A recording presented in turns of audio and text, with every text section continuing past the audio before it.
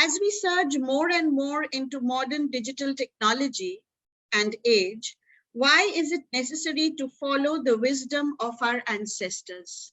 So this question has been so beautifully answered, but would one of you like to put it in a few words for the audience? See, one of the important highlights of the Indian civilization is it is a continuously living civilization.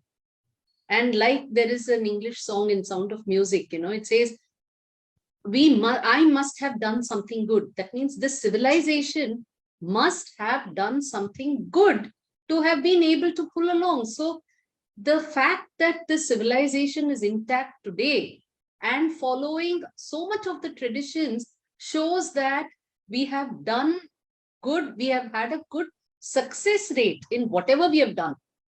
And if you look at that success rate, and if you actually go down into the data, when you study the civilization and look at the data, you will find that we have actually been very wealthy, very prosperous, and we have engaged in global trade. We have not been a small civilization sitting in an isolated region of this world, but we have engaged in global trade.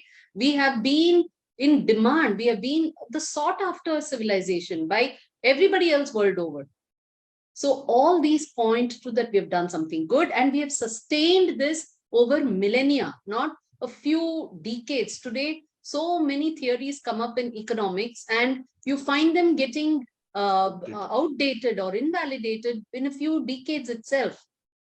But our civilization has been able to sustain the prosperity for millennia.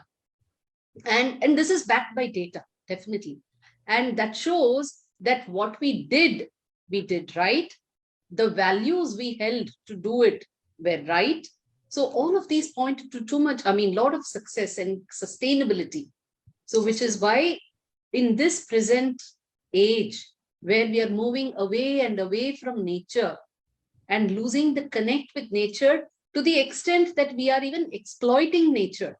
See, one thing that I found so nice about this deep dive today, I don't know how it happened.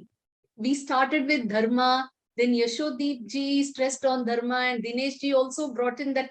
It was not planned by each of us, but the line that we have all taken seems to be dharma. And that seems to be the anchor for this age. So from there, therefore, I think here is a civilization which can provide the lessons to take. Practical lessons. Practical lessons, yes. It's not just lofty lessons, practical. And which has been honed by years of practice, successful practice, and showing to the world. And look at you in the digital world era, when you look at different facets of life, this civilization's ancient knowledge has been shared with the world across different realms, different verticals. You name the vertical and we have had a contribution. See, because people think yoga is what? Yes, spirituality, another, different, like the prosperity, trading, different. You name the type of vertical, and we have had something good to offer. In both matter and mind.